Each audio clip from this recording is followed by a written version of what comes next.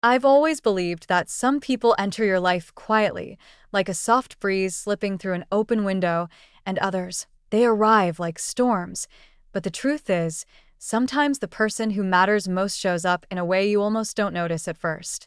Like background noise, until suddenly, it isn't. My name is Eva Lawson. I'm 26, and the year everything changed began on an ordinary Tuesday in Portland. A gray, drizzly one, the kind you can find here any time of year.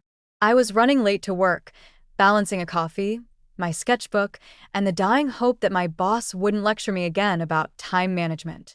I worked at a small interior design studio, the kind with white walls, expensive chairs we never sat in, and plants that somehow looked better than I felt most mornings. As I pushed open the door that day, soaked hair dripping onto my sweater, I collided with someone. Or rather, someone collided with me. My coffee flew out of my hand in a dramatic arc that belonged in a movie and splashed right across the chest of a man I'd never seen before. Tall, brown hair that fell slightly over his forehead, kind eyes, startlingly kind considering I had just baptized him in medium roast. "Oh my God.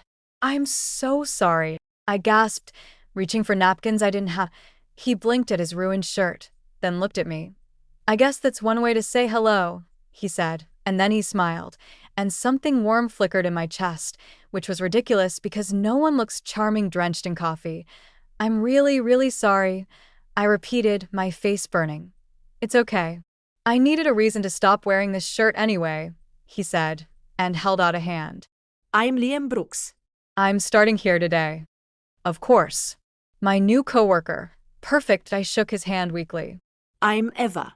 And I swear I'm not usually this chaotic. Chaos keeps life interesting. I couldn't tell if he was teasing me or genuinely meant it, but I felt something, a pull, a spark, a little hum under my skin. I ignored it. I always ignored things like that. I had learned the hard way that sparks could burn you if you got too close, especially after Daniel, but that's a different story. Or maybe part of this one. He was quick, calm, observant, the opposite of me, who reacted to stress like someone who'd been dropped into a maze blindfolded.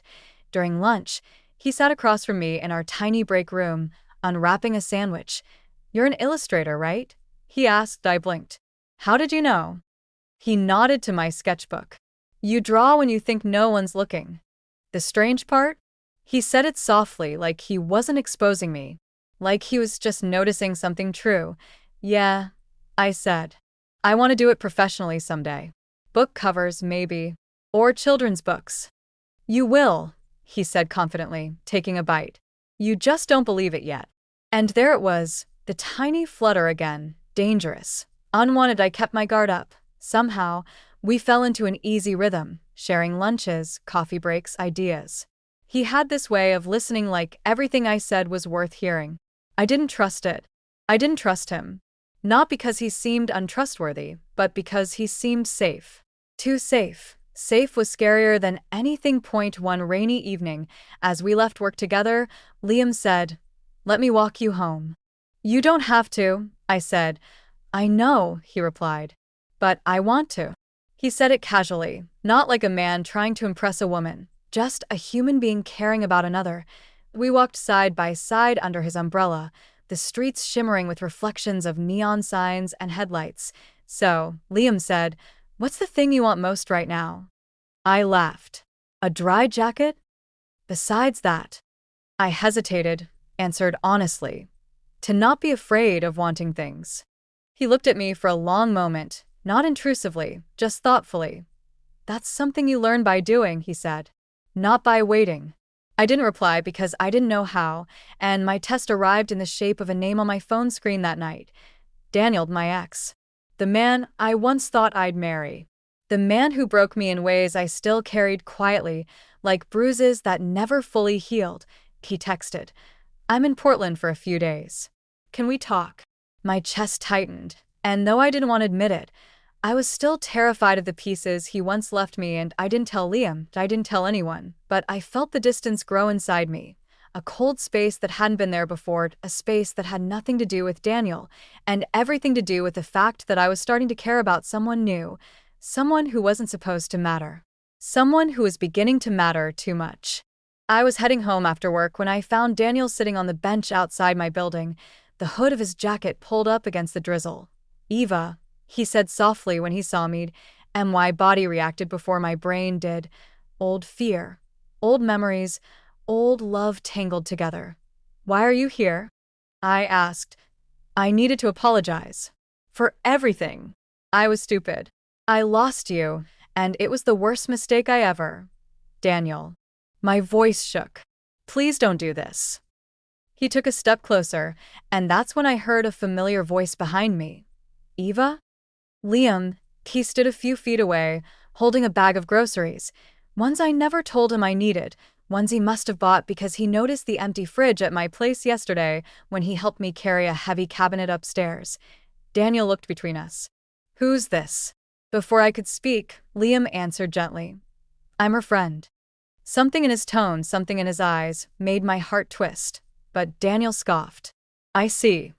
Liam ignored him. His eyes stayed on me. "You okay?" I nodded, lied. Daniel crossed his arms. "So, is this why you wouldn't talk to me? You've moved on." I opened my mouth. Nothing came out. Liam didn't step closer, didn't touch me, didn't claim anything, but he said quietly, "You don't owe him an explanation." Daniel bristled. "And who the hell are you to say that?" "Someone who respects her." Liam answered simply. The conversation spiraled, tense, sharp, uncomfortable, until Daniel finally walked away, shaking his head. When he turned the corner, Liam exhaled, lowering the grocery bag. "I'm sorry," he said.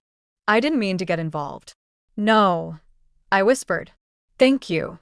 But inside, I was shaking because everything I feared was happening, the past colliding with the present.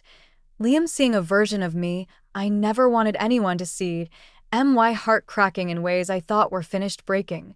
That night, I cried, quietly, angrily, stupidly, and for the first time in a long time, someone knocked on my door not to hurt me but to help. "Liam." "Hey," he said softly when I opened the door. My eyes red. "I just wanted to make sure you're okay." This time, I didn't pretend. I let myself fall into his arms. Only for a moment, but it was enough to make me feel something dangerous, safe, too safe. And safety, I'd learned, could change everything. Liam was still holding me when the knock came, to the second knock. Harder. I froze. He stiffened too. "Are you expecting someone?" he whispered. I shook my head. When I opened the door, I saw Daniel again. But something was different. His face was pale, his breathing fast, panicked. "Eva," he said. I need to tell you something." Liam stepped slightly in front of me. Daniel raised his hands. "No, I'm not here to fight. I swear. I remembered something and you need to hear it." My stomach tightened. "What is it?" He swallowed. "That night, the night we broke up, I lied. About everything." Silence. Liam's hand brushed mine, barely, like he was ready to catch me if I fell. Daniel exhaled shakily. "I told you I cheated. I didn't. I said those things because I thought I was dying." I blinked. "What?" "I got test results. They scared the hell out of me. I didn't want you to go through it with me. I wanted you to hate me so you'd move on." My heart thudded painfully. "I left because I was trying to protect you, Eva." I didn't know what to say, I didn't know what to feel. Daniel gave a small, broken laugh. "But the tests were wrong. It was a mix-up. I found out months later." He wiped a hand over his face. "And by then, I thought it was too late. It was like hearing a story about someone else's life, not mine. You should have told me," I whispered. "I know," he said. "And I'm telling you now because seeing you today, I realized I don't want to run anymore." He looked at Liam, then back at me. "But I can see you're not alone." The hallway was quiet except for the soft hum of rain outside. And then something happened I never expected. Liam turned to me and said, "Eva, I need to tell you the truth too." I looked up at him, confused. He took a breath, steady, calm, but with something burning behind his eyes. Today wasn't the first time I saw Daniel. My heart dropped. "What?" He nodded slowly. "I've seen him twice before. Once outside your building. Once near your work. He was trying to talk to you, but you never noticed him." He looked lost, conflicted. I stared at him, shocked. And you didn't tell me? I didn't know how, he admitted. I didn't want to scare you. I wasn't sure if he was dangerous or just desperate. But today confirmed it. Daniel looked stunned. I didn't mean to scare her. Liam shook his head. I'm not accusing you. I just want her safe. Then he turned back to me. But that's not the part you need to know. My breath caught. The truth is, I didn't just happen to get hired at your studio. Everything around me seemed to go silent. I asked for that job, Liam said. I applied because I saw your work online months ago. Your drawings, your style, the way you capture emotion. I felt something. I don't know how to explain it. I wanted to meet the person behind it. My mouth parted. You came for me? I didn't realize how crazy it sounds until now. He gave a helpless smile. I didn't expect to fall for you this fast either. Daniel looked down at his shoes. He didn't fight it. He didn't argue, because even he could see the truth. Liam wasn't in love with my past. He was in love with my future. Tears blurred my vision. I'm not asking you to decide tonight, Liam said gently.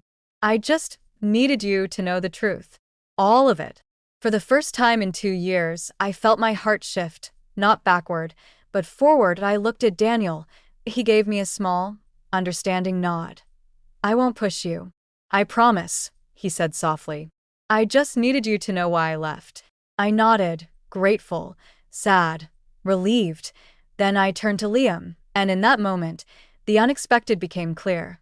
The man who once shattered me came back with apologies, but the man who had quietly found me, who saw me, protected me, learned me, was the one my heart had chosen without asking permission. I stepped closer to Liam. His eyes widened just slightly, hopeful, afraid, vulnerable, and I whispered, "Then stay. Don't run from this. Don't run from me." His breath hitched. "I'm not going anywhere," he said. When he kissed me, soft, warm, certain, it felt nothing like a beginning. It felt like waking up from a long sleep. And Daniel, he smiled sadly, nodded once, and walked away into the rain. Not as an enemy, not as a ghost, but as someone finally free to live his own story. And me, I had just stepped into mine. The unexpected happy ending wasn't who chose me. It was that I finally chose myself. And that choice led me straight into love.